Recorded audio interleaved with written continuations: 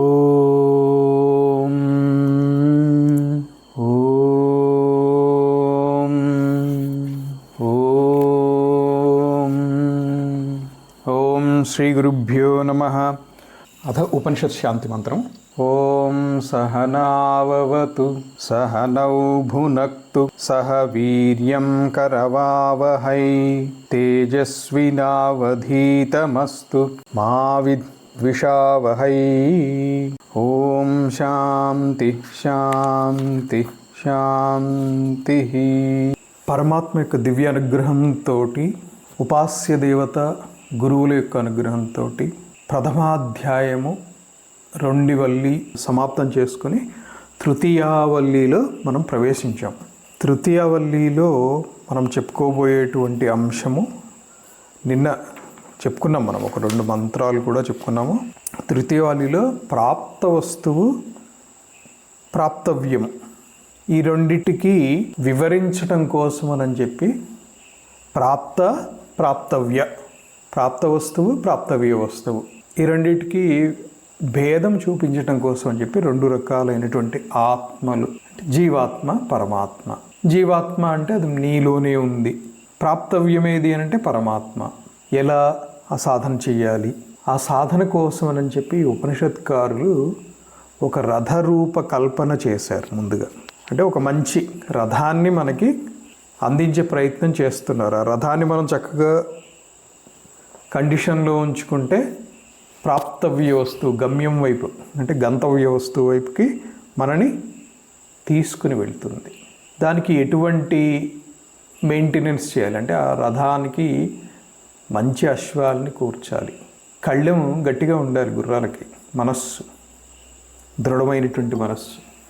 గుర్రాలు సరి అయినవి కాకపోయినా అంటే చెడ్డ గుర్రాలు అని అర్థం. కళ్ళెము దృఢంగా లేకపోయినా అంటే మనస్సు గమ్యం వైపు దృఢంగా లేకపోవటం. బుద్ధి తన పని తను చేస్తూ ఉంటుంది. సరిగా లేనటువంటి గుర్రాలు రథాన్ని అతలాకుతలం చేస్తాయి, గమ్యం వైపు కాకుండా ఎక్కడో తీసుకుపోయి కింద పడేస్తాయి. రథికుడి యొక్క కర్తవ్యం ఏంటంటే బుద్ధికి రథాన్ని అప్పగించేసి తను నిశ్చింతగా కూర్చుని ఉంటాడు. ఇలాంటి రథరూపకల్పనతోటి గమ్యానికి చేరుకోవటం కోసం ఈ రథ వర్ణన అనేటువంటిది చేస్తున్నారు. దీన్ని మనం నిన్న 2 మంత్రాలు ఉపనిషత్ మంత్రాల్లో చదువుకున్నాము. వాటికి ఈరోజు శంకర భాష్యము వివరణ చేసుకోవాలి. 3వ మంత్రము. ఓం ఆత్మానం రథినం విద్ధి శరీరం రథమేవతు బుద్ధిం తు సారథిం విద్ధి మనః ప్రగ్రహమేవ చ. జీవాత్మ, ఆత్మ, రథికుడు అంటే ఆ రథ యజమాని అనండి. రథం లోపల కూర్చుని ఉన్నటువంటి వాడు. ఇతను ఏం చేయడు, ఇతనేం డ్రైవ్ చేయటం లేదు, గుర్రాలని అదిలించటం లేదు, కళ్యాణ్ని అటు ఇటు లాగటం లేదు. నిశ్చింతగా కూర్చుని ఉంటాడు ప్రశాంతంగా. శరీరం రథమేవతి, ఈ శరీరమే రథం. బుద్ధింతు సారథి, సో సారథి స్థానంలో బుద్ధి ఉంది. మనః ప్రగ్రహం ఏవచ, మనస్సే కళ్యము. మరి గుర్రాలు ఏంటి? ఇంద్రియాణి హయానాహుర్ విషయాన్ స్తేషు గోచరాన్ ఆత్మేంద్రియ మనోయుక్తం భోక్తే త్యాహుర్ మనీషిణః. రథం ప్రయాణించాలంటే ఒక చక్కటి బాట ఉండాలి. గతుకులు లేనటువంటి బాటలో వెళ్తే రథం ప్రశాంతంగా కుదుపులు లేకుండా ఉంటుంది. సో గుర్రాలు ప్రయాణించడానికి మార్గము, బాట ఏ విధంగా ఆవశ్యకమో ఈ ఇంద్రియాలు అనేటువంటి వాటిని గుర్రాలతో పోల్చారు. ఈ గుర్రాలకి మార్గం ఏంటి, బాట ఏంటంటే విషయాలు. విషయాలు అంటే కంటికి దృశ్యము, కర్ణాలకి శబ్దము, ఘ్రాణేంద్రియానికి గంధము, రసనేంద్రియానికి రుచి, త్వగేంద్రియానికి స్పర్శ. ఈ 5 ఇంద్రియాలు చాలా బలమైనటువంటివి. కానీ వీటన్నిటితోటి సమన్వయంగా పనిచేసేటువంటిది మనఃషష్టాని ఇంద్రియాణి ప్రకృతి స్థాని కర్షతి. మనస్సు అనేటువంటి దాన్ని 6వ ఇంద్రియంగా భగవద్గీతలో పరమాత్మ చెప్తారు. అంటే ఈ 5 ఇంద్రియాలని కంట్రోల్ చేయాలి అని అంటే మనస్సుని మనం నిగ్రహించుకోగలిగితే చాలు. ఏ విధంగా అయితే కళ్ళెం చేతిలో ఉన్నటువంటి బుద్ధి చెప్పినట్లుగా, అంటే రథసారథి చెప్పినట్టుగా గుర్రాలు ఎటువైపు తిరగమంటే అటు తిరుగుతాయి. కళ్ళెం అతని చేతిలో ఉంటుంది. ఆ కళ్ళెం ఎటువైపు లాగుతాడో దాన్ని బట్టి అవి ట్రైన్డ్ అనమాట. అదేవిధంగా ఈ ఇంద్రియాలు కూడా ట్రైన్డ్. ఇంతేకాకుండా మీరు ఒక విషయం గ్రహిస్తే కురుక్షేత్రంలో కృష్ణుడు సారథి స్థానంలో ఉన్నాడు, అర్జునుడు రథికుడి స్థానంలో ఉన్నారు. ఆ కృష్ణార్జునుల యొక్క రథానికి గుర్రాలు ఎన్ని? ఎక్కడన్నా ఎవరైనా చూసే ఉంటారు కదా, చెప్పండి ఎన్ని గుర్రాలు ఉన్నాయి? 5 గుర్రాలు ఉంటాయి. చూడండి, 5 గుర్రాలు, 5 పంచ జ్ఞానేంద్రియాలు. బుద్ధి స్థానంలో పరమాత్మ కూర్చున్నారు. అర్జునుడికి అవకాశం ఇచ్చారు, నాయన నువ్వు ఎటు నడపమంటే అటు నడుపుతాను, నువ్వు ఎక్కడికి తీసుకెళ్ళమంటే అక్కడికి తీసుకెళ్తా. ఇంటికి వెళ్ళిపోదాం బాబా, ఈరోజు యుద్ధం వద్దంటావా? నేను యుద్ధం చేయను, వెళ్ళిపోదాం అంటే సరే వెళ్ళిపోదాం, నాదేం పోయింది. లేదు యుద్ధం, అగో భీష్ములు వారు ఉన్నారు, ఆయన మీద రథాన్ని తీసుకెళ్తారు. లేదు అటు కర్ణుడు ఉన్నాడు, అటు కర్ణుడి వైపు రథం తీసుకెళ్తారు. కురుక్షేత్ర కాలంలో యుద్ధం అనేటువంటిది అస్త్రాలతోటి శస్త్రాలతోటి జరిగింది. వారుణాస్త్రము, ఆగ్నేయాస్త్రము. ఈ అస్త్రాలకి ముఖ్యమైనటువంటిది ఏంటంటే మంత్రబలం. అస్త్రం ప్రయోగించేటువంటి వాళ్ళకి ఆ మంత్రసిద్ధి ఉండాలి. ఆ మంత్రాన్ని స్మరించితేనే ఆ అస్త్రం పనిచేస్తుంది. మంత్రాన్ని స్మరించి అస్త్రాన్ని ప్రయోగించాలి. ఈ మంత్రస్మరణ అస్త్ర ప్రయోగ సమయంలో, అస్త్రాల విషయంలో రథికుడు అంటే యుద్ధం చేసేటువంటి అర్జునుడు భీష్ముల వారి మీదకి వెళ్ళు, ద్రోణుల వారి మీదకి వెళ్ళు, కుడివైపు వెళ్ళు, ఎడం వైపు వెళ్ళు అని చెప్పడానికి అవకాశం ఉండదు. ఎందుకంటే మంత్ర ఉచ్చారణ చేయాలి. సో రథికుడు రథసారథికి మరి సింబల్ ఎలా ఇవ్వాలి, సిగ్నల్ ఎలా ఇవ్వాలి? ఎడం వైపు తీసుకెళ్ళు, కుడివైపు తీసుకెళ్ళు, అదంతా అంటే చెప్తారు ఒక మహాత్ముడు. అర్జునుడు కాలుతోటి కృష్ణుడి యొక్క కుడి చెవిని, కాలంటే కాలుకి పాదరక్ష ఉంటుంది, షూ ఉంటుంది, ఆ షూ మొనతోటి కృష్ణుడి యొక్క కుడి చెవిని తాకిస్తే కుడివైపు తిరగాలట, ఎడమ చెవికి తగిలిస్తే ఎడమవైపు తిరిగేవారట. అంటే ఇది ఇన్స్ట్రక్షన్స్ అలా ఉంటాయి. కానీ పరమాత్మ, అంత గొప్ప పరమాత్మ అర్జునుడు కాలితోటి తన్నేటువంటి పదవి రథసారథ్యం అనేటువంటిది. అది ఒప్పుకున్నారు అని అంటే అర్జునుడి పట్ల, ధర్మరక్షణ పట్ల ఆయనకున్నటువంటి నిష్ఠ అది. అంత గొప్ప పరమాత్మ ఆయన అనుకుంటే కురుక్షేత్రం అసలు యుద్ధమే ఉంది, ఆయన ఒక చిన్న ప్రళయం సునామీనో సృష్టించి 18 అక్షోహిణుల్ని కూడా తుడిచిపెట్టగలరు. అంతటి మహాత్ముడు అర్జునుడి కాలితోటి వచ్చేటువంటి సంజ్ఞని బట్టి రథాన్ని నడిపారట. ఎంత గొప్పవాళ్ళైతే అంత ఒదిగి ఉంటారు. కృష్ణుడి కంటే ఒదిగి ఉండటంలో ఇంకెవరన్నా ఉన్నారా అంటే చెప్పలేము ఇంకా.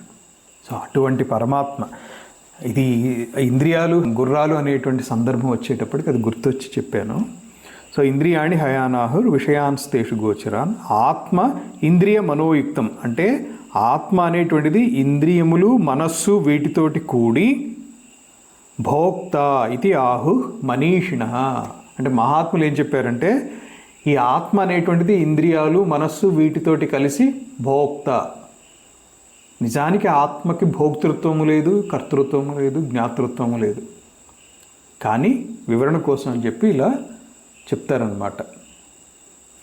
సో ఆత్మని భోక్తగా చెప్పారు. ఇప్పుడు ఈరోజు శాంకర భాష్యం ఈ 2 మంత్రాలకి చూద్దాం. ముందుగా 3వ మంత్రానికి శాంకర భాష్యం. తత్ర యః ఉపాధికృత సంసారీ విద్యావిద్యయో అధికృతో మోక్షగమనాయ సంసారగమనాయ చ. అంటే మోక్షానికైనా సంసార గమనం, సంసారం అంటే ఈ ప్రాపంచిక జనన మరణ చక్రమని తీసుకోవచ్చు. బ్రహ్మలోక పర్యంతము కూడా ఈ పైకి వెళ్ళటము, కిందికి రావటం. అంటే ఒక లోకం నుంచి ఒక లోకంకి ఒక చేదబావిలో చేద వేసి బకెట్ లాగి పడేస్తూ ఉంటారు చూడండి, ఆ విధంగా తిరుగుతూనే ఉంటారు. తత్ర య ఉపాధికృత సంసారీ విద్యా అవిద్యయో అధికృత మోక్షగమనాయ సంసారగమనాయ చ తస్య తత్ ఉభయగమనే సాధన రథ కల్ప్యతే. ఆ రెండిట్లో ఎటువైపు వెళ్ళడానికైనా కానీ అవకాశం ఉంది. ఇది పూర్వం కూడా ఇది చెప్పి ఉన్నారు. శ్రేయో మార్గము, ప్రేయో మార్గం 2 ఉన్నాయి. ప్రతి వ్యక్తికి కూడా ఈ రెండిట్లో ఏది ఎంచుకోవాలన్నా కూడా అవకాశం ఉంటుంది. శ్రేయో మార్గాన్ని ఎంచుకున్నటువంటి వాళ్ళు జనన మరణ చక్రాన్ని అతిక్రమించి మోక్షాన్ని పొందుతారు. ఆ మోక్షాన్ని పొందుతారు అనేటువంటిది మరణ అనంతరం కాదు, ఇహజన్మని అంటే జీవించి ఉన్నప్పుడే వాళ్ళకి బ్రహ్మజ్ఞానం తెలుస్తుంది. వీళ్ళు ఇంకా ఏ లోకానికి వెళ్ళరు. శరీరాన్ని వదిలిన తర్వాత బ్రహ్మ ఇక్కడే పరబ్రహ్మలో కలిసిపోతుంది ఆత్మ. తత్ర తం ఆత్మానం ఋతపం సంసారిణం, ఋతపం అంటే సంసారిణం, రథినం రథస్వామినం, రథినం అంటే రథస్వామినం విద్ధి అంటే జానిహి తెలుసుకో. ఏమని తెలుసుకోవాలి? ఆ ఆత్మని రథస్వామిగా అంటే రథ యజమానిగా, రథికుడుగా తెలుసుకోవాలి. శరీరం రథమేవతు, ఈ శరీరమే రథంగా భావించాలి. రథబద్ధ హయస్థానీయై ఇంద్రియై, రథానికి కట్టేసినటువంటి గుర్రాలు ఇంద్రియాలు. ఆకృష్యమాణత్వాత్ శరీరస్య, ఏ విధంగా అయితే గుర్రాలు రథాన్ని లాక్కుని పోతాయో, వహించుతాయి, వహనము అంటే మోస్తాయి, మోస్తూ తీసుకుని పోతాయి. కాబట్టి పోలిక ఏంటంటే, ఏ విధంగా అయితే గుర్రాలు రథాన్ని మార్గం వెంట, లేకపోతే చెడ్డ గుర్రాలు అయితేనేమో మార్గాన్ని నుంచి పక్కకు పడేసేటట్టుగా తీసుకుని పోతూ ఉంటాయో, ఇంద్రియాలు కూడా అలాగే తీసుకుని పోతూ ఉంటాయి. మరి ఇక్కడ రథం ఏంటంటే శరీరాన్ని, అంటే ఫైనల్గా ఎవరిని అంటే రధికుణ్ణి అని. ఆకృష్యమాణత్వాత్ శరీరస్య, సో శరీరాన్ని మోసుకుని పోతూ ఉంటాయి. ఆ శరీరంలో రధికుడు అంటే ఆత్మ కూర్చుని ఉన్నారు. శరీరము దుష్ట మార్గంలో, అనిష్ట మార్గంలో వెళ్ళిందనుకోండి, రధికుడు అగతికి చెందుతాడు, అగతికుడు అవుతాడు. అంటే చేరవలసిన గమ్యాన్ని కాకుండా ఇంకొక చోటికి వెళ్ళిపోతాడు. బుద్ధింతు అధ్యవసాయ లక్షణం సారథిం విద్ధి, బుద్ధినేతృప్రధానత్వాత్ శరీరస్య సారథినేతృప్రధాన ఇవ రథః. ఏ విధంగా అయితే సారథి గుర్రాల్ని అదిలించి ముందుకు వెళ్ళాలా, ఆగాలా, ఎటు తిరగాలి అనేటువంటిది కంట్రోల్ చేస్తూ ఉంటాడో, అదేవిధంగా బుద్ధి ఇంద్రియాలని కంట్రోల్ చేయగలదు. ఎప్పుడైతే ఇంద్రియాలు మనస్సు ద్వారా, మనస్సు అనేటువంటిది ప్రగ్రహం అంటే కళ్ళెం, మనస్సు ద్వారా ఎప్పుడైతే ఇంద్రియాలు కంట్రోల్లో ఉన్నాయో, అవి ట్రైన్డ్ గుర్రాలు, మంచి గుర్రాలు, అతని కంట్రోల్లో ఉన్నటువంటి గుర్రాలు అయితే గమ్యం సుగమం అవుతుంది. బుద్ధి ఆ విధంగా ఆధ్యాత్మిక మార్గం వైపు తీసుకుని వెళ్ళగలదు. లేదు ఇటే పంపించాలంటే అటే వెళ్తూ ఉంటుంది. ఏం చేస్తాం? బుద్ధి నేతృప్రధానత్వాత్ శరీరస్య సారథి నేతృప్రధాన ఇవ రథః. సర్వం హి దేహగతం కార్యం బుద్ధి కర్తవ్యం ఏవ ప్రాయేణ.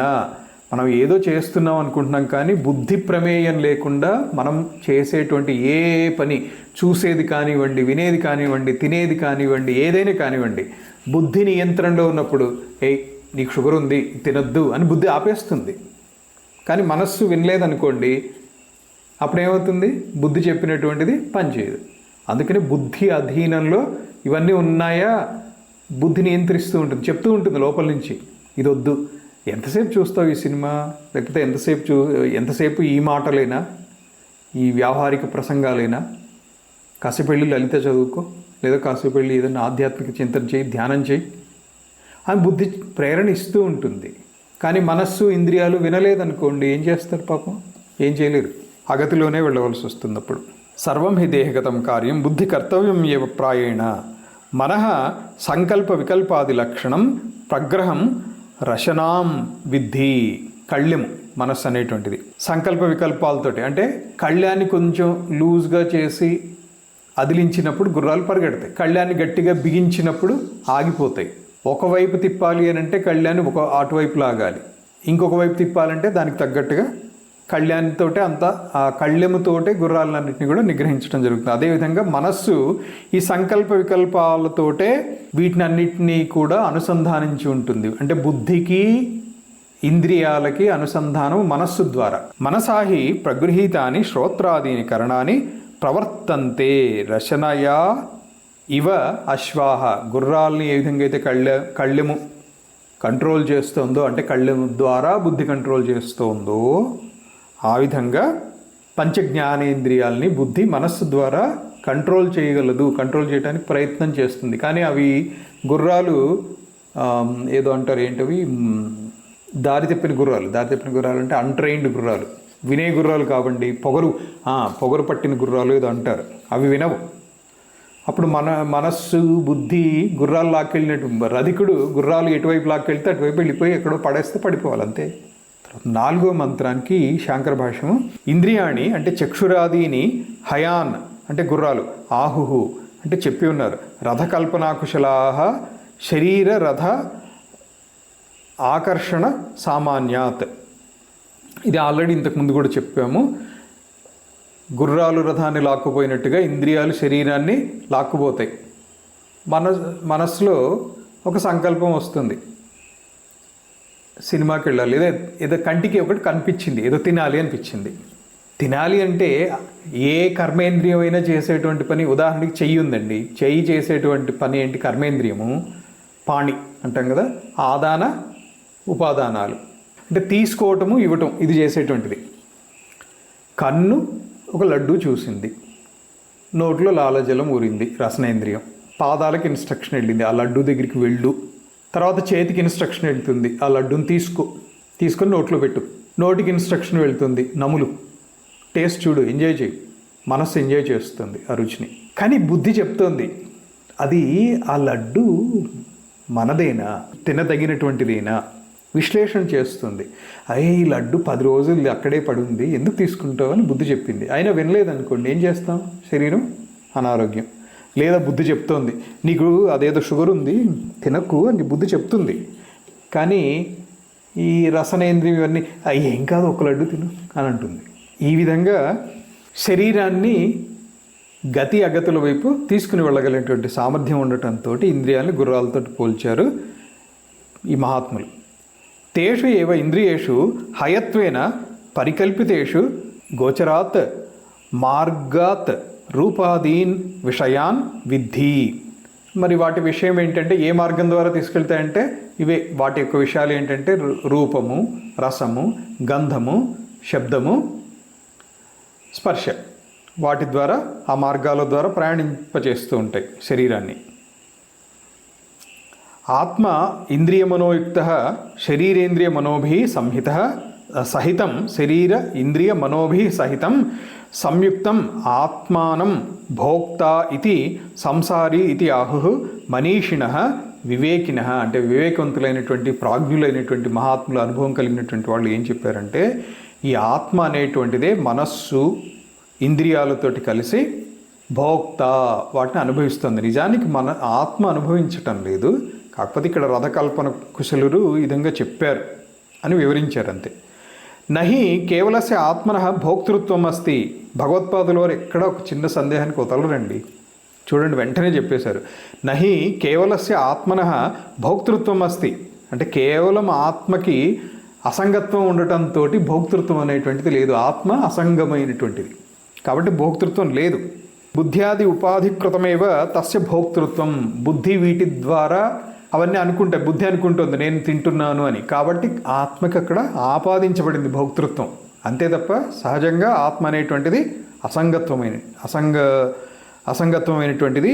సో ఇప్పుడు ఇక్కడ ఉపాధి, బుద్ధ్యాది ఉపాధి అధ్యాసకృతం అన్నమాట. ఇక్కడ అధ్యాస జరిగింది అంటే ఆత్మలో ఈ బుద్ధి, ఇంద్రియాలు, ఈ దేహమే నేను అనేటువంటి విధంగా అధ్యాస చేయించి నేనే తింటున్నాను అనుకునేటట్టుగా చేస్తాయి.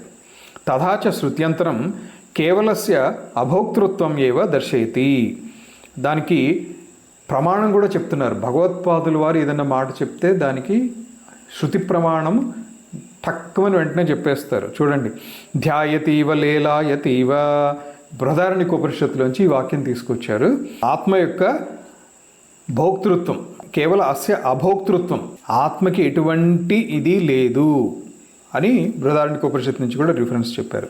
ఏవంచ సతి వక్ష్యమాణ రథకల్పనయా అంటే రథికుడు లేదా రథము, ఈ కల్పన ద్వారా వైష్ణవస్య పదస్య ఆత్మయా ప్రతిపత్తి ఉపపద్యతే. అంటే ఈ రథకల్పన ద్వారా విష్ణు పదానికి చేరుకోండి, విష్ణు పదానికి చేరుకోవడం కోసము ఉపపద్యతే అంటే సంగచ్చతే, అనుభవమైన సంగచ్చతే, ఈ విధంగా తెలుసుకోవచ్చు, చేయవచ్చు అనేటువంటిది మహాత్ములు చెప్పారు. నా అన్యథ, ఇంకొక విధంగా కాదు. స్వభావాన్ అతిక్రమాత్, ఈ విధంగా శ్రేయోమార్గంలో ప్రయాణం చేస్తేనే విష్ణుపదం అంటే బుద్ధి చెప్పినట్లుగా ఇంద్రియాలు వింటేనే శ్రేయోమార్గంలో ప్రయాణం చేస్తాయి. ఈవెన్ దేహారోగ్యమైనా అంతే. సమయానికి నిద్రపోవాలి, బుద్ధి చెప్తుంది సమయానికి నిద్రపో, పొద్దున్నే లే సూర్యోదయానికి ముందు చెప్తుంది, కానీ ఇంద్రియాలు వినలేదు. ఏమవుతుంది? క్రమక్రమంగా దేహ ఆరోగ్యం దెబ్బతింటుంది. ఆ విధంగా చూసినా కూడా శరీరానికి కష్టమే, రథం దెబ్బతింటుంది. నాణ్యథా స్వభావాన్ అతిక్రమాత్, బుద్ధి యొక్క నియంత్రణలో లేకపోతే, సమాహిత చిత్తం కలిగి ఉండకపోతే దేహారోగ్యం దెబ్బతింటుంది, ప్రేయ మార్గంలోనే వెళ్ళవలసి వస్తుంది, శ్రేయ మార్గానికి దూరం అవుతాం. అదే బుద్ధి నియంత్రణలో పనిచేస్తే ఇవన్నీ విష్ణు పదానికి చేరుకోవచ్చు అనే కల్పన అన్నమాట. అయితే అవివేకులు ఉంటారు. అవివేకుల యొక్క వివశత్వం ఎలా ఉంటుంది, ఎందుకు ఉంటుంది, ఎలా ఉంటుంది, వాళ్ళ యొక్క వివశత్వాన్ని కొంత వివరిస్తారు. ఇది 5వ మంత్రంలో. నాతో పాటు చదవండి, నేను చదువుతాను, ఫాలో అవ్వండి. ఓం యస్తు అవిజ్ఞానవాన్ భవతి అయుక్తేన మనసా సదా తస్యేంద్రియాణి అవశ్యాని దుష్టాశ్వా ఇవ సారథేః. కలిసి చదువుదాం అందరం. ఓం యస్త్వ విజ్ఞానవాన్ భవత్యయుక్తేన మనసా సదా తస్యేంద్రియాణ్యవశ్యాని దుష్టాశ్వా ఇవ సారథేః. ఇందులో పదచ్ఛేదం సరిగ్గా చేయకపోతే అర్థం పూర్తిగా మారిపోతుంది. ఉదాహరణకి యస్త్వ విజ్ఞానవాన్ భవత్యయుక్తేన, ఇందులో యస్తు అవిజ్ఞానవాన్ భవతి అయుక్తేన, అక్కడ ఎండ్సంది వచ్చింది అయుక్తేన దగ్గర. ఆ పదచ్ఛేదం సరిగ్గా లేకపోతే విజ్ఞానవాన్ అని వస్తుంది, యుక్తేన అని వస్తుంది, అంటే అర్థం మారిపోతుంది. సో పదచ్ఛేదం యస్తు అవిజ్ఞానవాన్ భవతి అయుక్తేన మనసా సదా తస్య ఇంద్రియాణి అవశ్యాని దుష్టాశ్వ ఇవ సారథేః. ఏ విధంగా అయితే దుష్టాశ్వ పదచ్ఛేదం మనం కరెక్ట్గా చేయగలిగి వాటిని సరిగ్గా సీక్వెన్స్లో పెట్టగలిగితే తాత్పర్యం అక్కడే ఇంచుమించుగా వచ్చేస్తుంది, అర్థమైపోతుంది మీకు. అవివేకంతో కూడుకున్నటువంటి అసమాహిత చిత్తంతో ఉన్నటువంటి అవివేకికి ఇంద్రియాలు అవశ్యాని అంటే అతని వశంలో ఉండకపోవటంతో చెడ్డ గుర్రాలు ఏ విధంగా అయితే రథాన్ని నియంత్రణ లేని మార్గంలో లేదా గతి తప్పి ఎక్కడన్నా కింద పడేసినట్టుగా ఇవి కూడా ఇంద్రియాలు అలాగే చేస్తాయి నిగ్రహం లేకపోయినప్పుడు అని చెప్తోందనమాట. దీనికి సంక్షిప్తార్థం అది. ఇప్పుడు శాంకర భాష్యం దీనికి, ఇది పదచ్ఛేదం సరిగ్గా చేసినప్పుడే మీకు ఇంచుమించుగా భాష్యంలో చెప్పబోయేటువంటి అర్థము మంత్రార్థము వేడే ఏం లేదు, రెండు ఒకటే ఉంటాయి. భాష్యంలో ఇంకొంత వివరణ ఉంటుంది, అది మీకు పదచ్ఛేదంతో దాదాపుగా వచ్చేస్తుంది సులువుగాని. ఇప్పుడు శాంకర భాష్యము. తత్ర ఏవం సతి యస్తు బుద్ధ్యాఖ్య సారథి అవిజ్ఞానవాన్. అవిజ్ఞానవాన్ అంటే చెప్తున్నారు అనిపుణ. అనిపుణ అంటే సారథి నిపుణుడైనటువంటి వాడు కాదు, అవివేకి. ప్రవృత్తౌచ నివృత్తౌచ భవతి అంటే ప్రవృత్తి మార్గంలోను నివృత్తి మార్గంలోను అని అంటాం కదా, ఆ రెండులో. యథా ఇతరః రథచర్యాయాం అయుక్తేన అప్రగృహీతేన అసమాహితేన మనసా అంటే నిగ్రహం లేనటువంటి మనసుతో కూడుకున్నటువంటి వాళ్ళ పరిస్థితి ఏంటంటే ప్రగ్రహస్థానీయేన అంటే మనసు ప్రగ్రహం కళ్ళెం స్థానంలో చెప్పుకున్నాం కాబట్టి సదా యుక్తః భవతి అంటే తస్య అకుశలస్య బుద్ధి సారథేః. అనిపుణుడైనటువంటి బుద్ధికి, దీనికి సింపుల్ ఎగ్జాంపుల్ చెప్పాలంటే మీకు కారు ఉంది, మీకు డ్రైవర్ని పెట్టుకుందాం అనుకున్నారు. పెట్టుకునే ముందు అతనికి లైసెన్స్ ఉందా, ఎంత ఎక్స్పీరియన్స్ ఉంది, ఇంతకుముందు ఏమైనా యాక్సిడెంట్స్ చేశాడా, ఇవన్నీ గమనించుకొని అప్పుడు అతన్ని డ్రైవింగ్కి అపాయింట్ చేస్తారా, లేకపోతే నేను డ్రైవింగ్ చేస్తానండి అని వచ్చేసిన వాళ్ళకి కారు తాళం ఇచ్చేసేసి మీరు వెళ్ళి కూర్చుంటారా? అలాంటిదే ఇది కూడా. సో వెల్ ట్రైన్డ్ బుద్ధి ఉంటే అంటే కుశలుడు నిపుణుడు అయినటువంటి బుద్ధి, నిపుణత్వం కలిగినటువంటి బుద్ధి, సమాహితమైనటువంటి మనస్సు ఉన్నప్పుడు ఆ గుర్రాలు కూడా ట్రైన్డ్ గుర్రాలు అయినప్పుడు చక్కగా మార్గం ఉంటుంది. అవి లేనటువంటి అవివేకి పరిస్థితి ఏంటంటే డ్రైవరు ట్రైనింగ్ లేదు, టైర్లు గట్టిగా బిగించున్న లేవు, దాంట్లో గాలి ఉందో లేదో తెలియదు, బోల్ట్స్ అవన్నీ సరిగ్గా ఉన్నాయో లేవో లూజ్ అయిపోయినాయి, ఆ కారులో వెళ్తే యాక్సిడెంట్ కాక ఇంకేమన్నా అయ్యే అవకాశం ఉందా అంటే అదృష్టం ఉంటే ఏమీ కాదు, కానీ యాక్సిడెంట్ అయ్యే అవకాశమే ఎక్కువ. ఇంద్రియాణి అశ్వస్థానీయాని అవశ్యాని అశక్య నివారణాన్ని అంటే దుష్టాశ్వ అదాంతాశ్వ అంటే ట్రైనింగ్ లేనటువంటి అశ్వాలు ఇవ ఇతర సారథే భవంతి. సో ముఖ్యమైనటువంటిది ఏంటంటే బుద్ధి నిపుణత కలిగి ఉండటము, బుద్ధి కుశలత కలిగి ఉండటము. ఆ కుశలత లేనటువంటి వాడి పరిస్థితి ఏంటంటే బుద్ధి వక్ర మార్గంలో పనిచేస్తోంది, ఇంద్రియాలు నిగ్రహంలో లేవు, మనస్సు ప్రశాంతంగా లేదు, అది పరిస్థితి. అదే వివేకవంతుడైనటువంటి వాళ్ళ పరిస్థితి ఎలా ఉంటుంది అంటే అక్కడ బుద్ధి మంచి నైపుణ్యం కలిగినటువంటి సద్బుద్ధి కలిగి ఉన్నటువంటి వాళ్ళ పరిస్థితి ఎలా ఉంటుంది తర్వాత మంత్రంలో చెప్తున్నారు. 6వ మంత్రము ఓం యస్తు విజ్ఞానవాన్ భవతి యుక్తేన మనసా సదా తస్యేంద్రియాణి వశ్యాని సదశ్వా ఇవ సారథేః.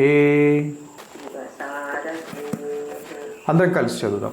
ఓం యస్తు విజ్ఞానవాన్ భవతి యుక్తేన మనసా సదా తస్యేంద్రియాణి వశ్యాని సదశ్వా ఇవ సారథేః. పదచ్ఛేదం. యస్తు విజ్ఞానవాన్ భవతి యుక్తేన మనసా సదా తస్య ఇంద్రియాణి వశ్యాని సదశ్వా ఇవ సారథేః. మంచి గుర్రాలు అంటే దాంతము, శాంతుడు దాంతుడు అంటారు. అంటే శాంతంగా ఉన్నవాడు, నిగ్రహంగా ఉన్నవాడు అంటే వెల్ కంట్రోల్డ్, ఇంద్రియాలు మంచి కంట్రోల్లో ఉన్నాయి. నిపుణుడైనటువంటి సారథి విజ్ఞానవాన్ భవతి, మనస్సుతో సహా ఇవన్నీ కూడా చక్కగా తమ తమ పనులు చేయటంలో నిపుణత కలిగినటువంటివి, సన్మార్గంలో ప్రయాణించేటువంటివి, నిగ్రహం కలిగినటువంటి గుర్రాలు అంటే ఇంద్రియాలు ఇవన్నీ ఉన్నటువంటి వాళ్ళ పరిస్థితి ఇక్కడ వివరిస్తున్నారు. ఇదే భాష్యంలో చూద్దాం ఇప్పుడు. చక్కగా అన్నీ బాగున్నాయండి, డ్రైవర్కి మంచి ఎక్స్పీరియన్స్ ఉంది, కార్ కండిషన్లో ఉంది, దాని ట్యాంక్లో పెట్రోల్ ఉంది, అన్నీ ఉన్నప్పుడు సేఫ్ జర్నీ అవటానికే అవకాశం ఎక్కువ ఉంది కదా. ఏదో ఆధ్యాత్మిక లేదా అతిదైవికమైనటువంటి ఉపద్రవం ఏదైనా వస్తే తప్ప అదే ఇక్కడ వివరిస్తున్నారు. శాంకర భాష్యము. యస్తు పునః పూర్వోక్త విపరీత సారథి భవతి అంటే ఇంతకుముందు చెప్పినటువంటి అనిపుడైనటువంటి సారథి కాకుండా నిపుణుడైనటువంటి సారథి. విపరీత అన్నారు ఇక్కడ. అంటే పూర్వోక్త విపరీత అంటే ఇంతకుముందు చెప్పిన దానికి భిన్నమైనటువంటి. పూర్వోక్త విషయం ఏంటి? పూర్వోక్త విషయంలో అవశ్యాని ఇంద్రియాణి, అవిజ్ఞానవాన్ అది చెప్పారు. ఇక్కడ దానికి విపరీతం అంటే ఆపోజిట్ అని తీసుకోవచ్చు, భిన్నం అని తీసుకోవచ్చు, వ్యతిరేకమైనటువంటిది అని తీసుకోవచ్చు. అక్కడ నెగిటివ్ చెప్పారు, ఇక్కడ పాజిటివ్ చెప్తున్నారు. సారథి భవతి విజ్ఞానవాన్ ప్రగృహీత మనాహ సమాహిత చిత్త అంటే శాంతంగా ఉన్నటువంటి ప్రశాంతమైనటువంటి మనస్కుడైనటువంటి వాడు. సారథి మంచి విజ్ఞానవంతుడు అంటే నిపుణుడు అని తీసుకోండి, ఇక్కడ సులభంగా అర్థమవుతుంది. సమాహిత చిత్త సదా తస్య అశ్వస్థానీయాని ఇంద్రియాణి ప్రవర్తయితుం నివర్తయితుం వా అంటే వాటిని ప్రవర్తింపచేయటానికి లేదా నివర్తింపచేయటానికి, నివృత్తి చేయటానికి. ప్రవర్తింపచేయటము అని అంటే కంటి ముందు ఏదో దృశ్యం కనిపించింది, కన్ను అలా పరిగెట్టిపోతూ ఉంటుంది, మనస్సు దాని వెంట వెళ్ళిపోయింది, చైతన్యం వెళ్ళిపోయింది, దాని నుంచి వెనక్కి రావటం లేదు. అది మంచి దృశ్యమా చెడ్డ దృశ్యమా వివేచన పోయింది. అదే నిగ్రహింపబడింది అయితే ఈ దృశ్యం నేను చూడక్కర్లేదు, ఈ దృశ్యాన్ని నేను చూడాలి, ఇదేదో మంచి మహాభారతం సీరియల్ వస్తుంది ఇది నేను చూడాలి, ఇదేదో నాకు అనవసరమైన సినిమా నేను చూడను.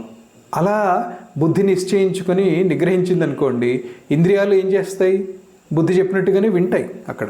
సో ప్రవర్తించటానికైనా నివారించటానికైనా కానీ శక్యాని అంటే వశ్యాని, దాంతాహ అంటే కంట్రోల్లో ఉన్నటువంటివి, ట్రైన్డ్ సదశ్వాయివ ఇతర సారథే.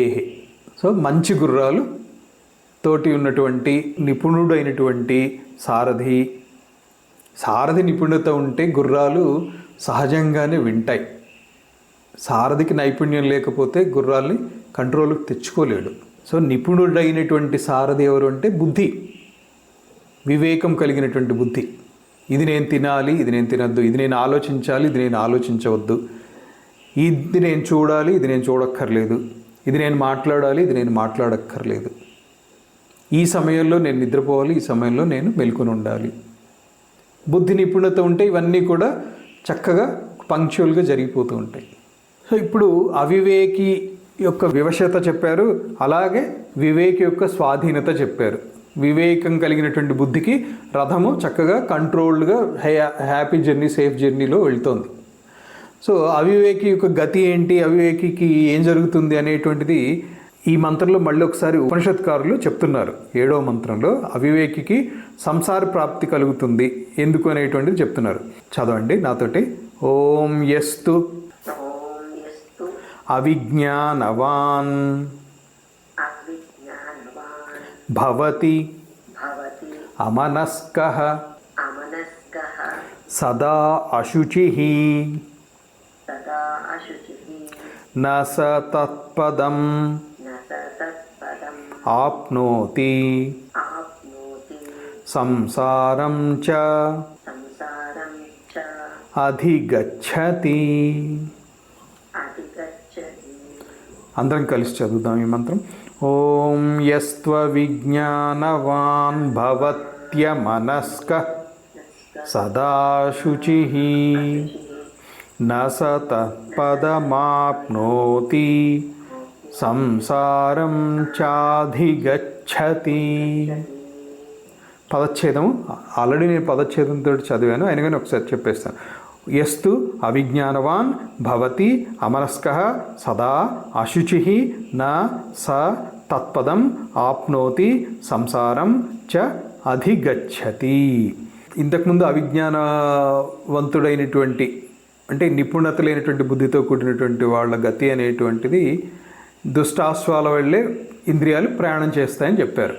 అంటే సారథి కంట్రోల్ చేయలేనప్పుడు ఈ గుర్రాలు విజృంభిస్తాయి. దీన్ని తెలుగులో కూడా ఒక సామెత చెప్తారు, రౌతు కొద్దీ గుర్రము అని అంటారు. అలాగే సారథిని బట్టే గుర్రాలు ప్రయాణం చేస్తాయి. సారథికి నిపుణత లేకపోతే గుర్రాలు చెప్పిన మాట వినవు. సో అలాంటి వాళ్ళకి ఏం జరుగుతుంది అని అంటే సదా అశుచిహి అంటే మంచి మార్గంలో వెళ్తుందనేం లేదు. తత్పదం నా ఆప్నోతి, తత్పదం నా ఆప్నోతి అంటే గమ్యాన్ని చేరుకోవు. గమ్యం అంటే ఇక్కడ పరమపదము, విష్ణుపదము, ఆత్మజ్ఞానము సాధన, దాన్ని చేరుకోలేవు. ఎందుకని? అవి సదా అశుచిగా ఉన్నాయి. సంసారం చ అధిగచ్చతి అంటే సంసారంలో కూరుకుని పోతాయి అని చెప్పడం అధిగచ్చతి. దీనికి శాంకర భాష్యం, యస్తు అవిజ్ఞానవాన్ భవతి అమనస్కః అప్రగృహీత మనస్కః స అంటే సహ తత ఏవ అశుచి సదా ఏవ అంటే నిపుణత లేనటువంటి వాడు అమనస్కుడు అంటే మనస్సు నిగ్రహం లేనటువంటి వాడు, అసంయత చిత్తము అనుకోవచ్చు. ఇక్కడ అసంయత చిత్తంతో ఉన్నటువంటి వాళ్ళు ఏం చేస్తారు? ఎప్పుడు ఏం తినాలనిపిస్తే అది తింటారు, ఏది తాగాలనిపిస్తే అది తాగుతారు, ఏం చేయాలంటే అది చేస్తారు. ఇంద్రియాల యొక్క చాపల్యంతో అవి ప్రవర్తింపచేసినట్టుగా ప్రవర్తిస్తారు తప్ప వీళ్ళకి శుచి, పవిత్రత ఇలాంటివి తెలియదు. అందుకనే అశుచి అన్నారు. సదా అశుచి, మామూలుగా కూడా కదట, సదా అశుచి. ఎందుకని? ఇంద్రియాలు చెప్పినట్టుగా వీళ్ళు వింటుంటారు. ఆకలేసింది అర్ధరాత్రి లేచి తినేసేయాలంతే. ఏదో ఫ్రెండ్స్ పిలిచారు, ఏదో అంటే రాత్రి అంతా తిరగాలి, పగలంతా పడుకోవాలి, ఇలా ఉంటుంది పరిస్థితి. అది అంతా అశుచే కదా. ఎందుకంటే ప్రకృతి మనకి రాత్రి నిద్రపోవడానికి, పగలు మేల్కొని ఉండడానికి, కార్యకలాపాలు చేయడానికి ఇచ్చింది. పగలు చేయాల్సిన పని రాత్రి చేస్తాను అని అంటే అదంతా కూడా భిన్నమైనటువంటిది, విపరీత ప్రకృతి అది. నాస రథి తత్పూర్వోక్తం అక్షరం యత్పరం పదం ఆప్నోతి తేన సారథిన అటువంటి సారథిని కలిగినటువంటి రధికుడు గమ్యాన్ని ఏం చేరుకుంటారో మీరు ఊహించుకోవచ్చు. నా కేవలం కైవల్యంన ఆప్నోతి అంటే ఆత్మజ్ఞానాన్ని పొందలేకపోవడమే కాదు, శారీర ఆరోగ్యం కూడా దెబ్బతింటుంది కదా. శారీర ఆరోగ్యం దెబ్బతిని 35 ఏళ్ళకి హార్ట్ అటాక్ వచ్చి ఒకడు పోయాడు. ఎందుకు పోయాడంటే ఎవరు చెప్తారు? వాళ్ళ హ్యాబిట్స్ని అనలైజ్ చేస్తే అర్థమవుతుంది. ఏ టైంలో నిద్రపోతున్నారు, ఏ టైంలో తింటున్నారు, ఎలాంటి తింటున్నారు, ఎంత తింటున్నారు, ఇవి కూడా ముఖ్యమే. ప్రతిదీ 30 ఏళ్ళకే బీపీ ఎందుకు వస్తుంది? ఇవన్నీ విశ్లేషణ చేస్తే అవన్నీ తిరిగి ప్రకృతి ధర్మాన్ని అధిగమించినప్పుడు కలిగేటువంటి విపరీతాలు అని అర్థమవుతుంది. నా కేవలం కైవల్యం నా ఆప్నోతి సంసారం చ అంటే జన్మమరణ లక్షణం అధిగచ్చతి. ఇప్పుడు 30 ఏళ్ళకి బీపీ వచ్చిందంటే నెక్స్ట్ బతికినంతకాలం 20 ఏళ్ళ 30 ఏళ్ళ ట్యాబ్లెట్స్ వేసుకుంటూనే ఉండాలా? ఆ ట్యాబ్లెట్స్ వేసుకుంటే అదేదో బీపీ ఒక్కటే కంట్రోల్ చేసి ఊరుకుంటున్నాయా? వాటికి సైడ్ ఎఫెక్ట్స్ అట. ఆ సైడ్ ఎఫెక్ట్స్ ఏ దాని మీద పడతాయో మనకు తెలియదు. మళ్ళీ అవన్నీ కూడా మొరాయించడం మొదలు పెడతాయి. సో ఇది అవివేకికి సంసార ప్రాప్తి కలుగుతుంది అని చెప్తున్నారు భగవత్పాదులు. తర్వాత మంత్రంలో చదవండి నాతోటి. ఓం యస్తు విజ్ఞానవాన్ భవతి సమనస్కః సదా శుచిః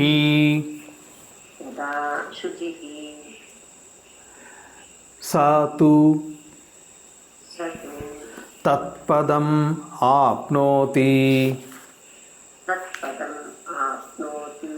యస్మాద్ భూయో న జాయతే. కలిసి చదువుదాం అందరం. ఓం యస్తు విజ్ఞానవాన్ భవతి సమనస్కః సదా శుచిః సతు తత్పదమాప్నోతి యస్మాద్ భూయో న జాయతే. పదచ్ఛేదం. యస్తు విజ్ఞానవాన్ భవతి సమనస్కః సదా శుచిః సహ తు తత్పదం ఆప్నోతి యస్మాత్ భూయో న జాయతే. అదే నిపుణుడైనటువంటి సారథి తీసుకుని పోబడినటువంటి రథము, గుర్రాలు చక్కగా కంట్రోల్లో ఉంటాయి. మార్గాన్ని అనుసరించి ఎక్కడ స్లో చేయాలి, ఎక్కడ స్పీడు పెంచాలి, ఇవన్నీ కూడా సారథికి తెలుసు. ఆ రధికుడికి ప్రశాంతంగా ఉంటుంది. గమ్యానికి సేఫ్గా కూడా తీసుకుని వెళ్తాడు. ఇక్కడ గమ్యము ఆత్మజ్ఞాన పర్యంతము కూడా చక్కగా సేఫ్గానే వెళ్ళిపోగలుగుతాడు. లేదు ఏదో కారణాంతరంతో అక్కడ దాకా వెళ్ళలేకపోయినా ఐహిక జీవితంలో కూడా ప్రశాంతతను కోల్పోడు. ప్రధానికి టెన్షన్ పడు. ఈ డ్రైవర్కి కారు ఇచ్చాము, ఎప్పుడు ఎక్కడ తీసుకుపోయి కొడతాడో, ఎవరొచ్చి కారు ఆపి అటాక్ చేస్తారో అన్నట్టు భయం ఉండదు.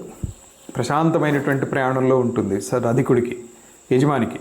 సో దీనికి శాంకర భాష్యం.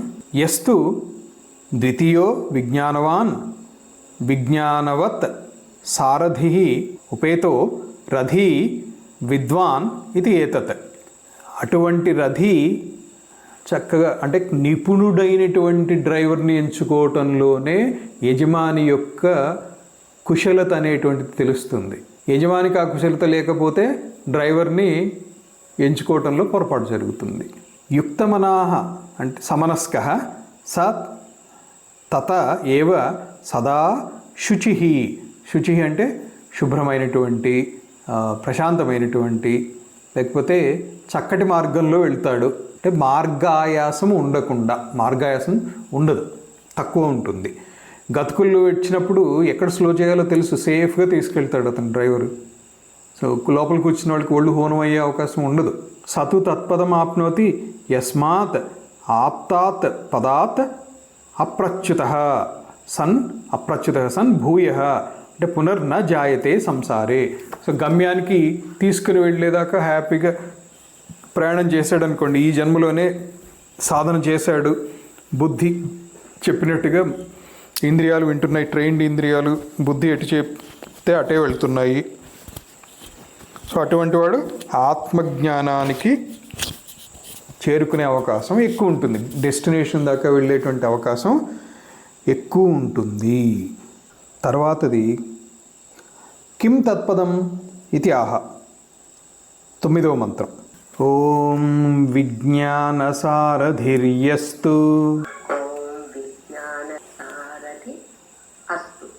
సారథిర్యస్తు మనః ప్రగ్రహవాన్ నరః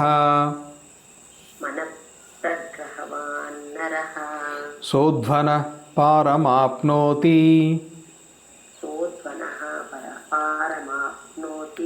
తద్విష్ణోః పరమం పదం. ఇక్కడ తత్పదం గురించి వివరిస్తున్నారు. ఆ తత్పదం ఆప్నోతి, ఇంతకు ముందు మంత్రంలో ఏం చెప్పారు? సతు తత్పదం ఆప్నోతి, తత్పదం ఆప్నోతి అన్నారు కదా, ఆ తత్పదం గురించి ఇక్కడ వివరణిస్తారనమాట. అది ఏంటి అనే దాని గురించి కొంత వివరణిస్తున్నారు.